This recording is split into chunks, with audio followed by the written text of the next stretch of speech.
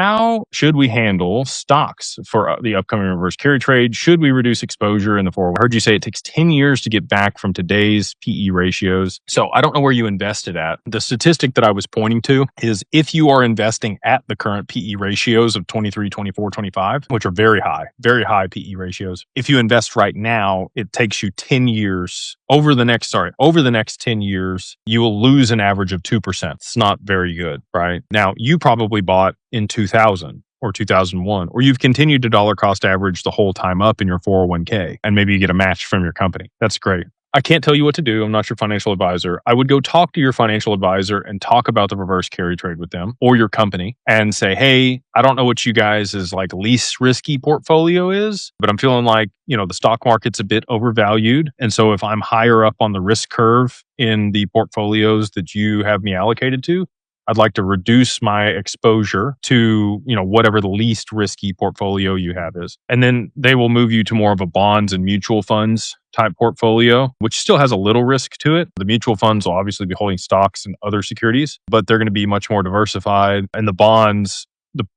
should perform well when all this happens. Michael Gayad, another great count over there on Twitter. He has believed that treasuries are going to be the big winner for a long time. And his hedge fund is actually built on an algorithm where that's the outcome that he sees happening. So if you do have a significant exposure in your 401k to traditional stocks, I would have the conversation with whoever is managing that. And if you want to de-risk, I think based on where things are at, it makes a lot of sense historically.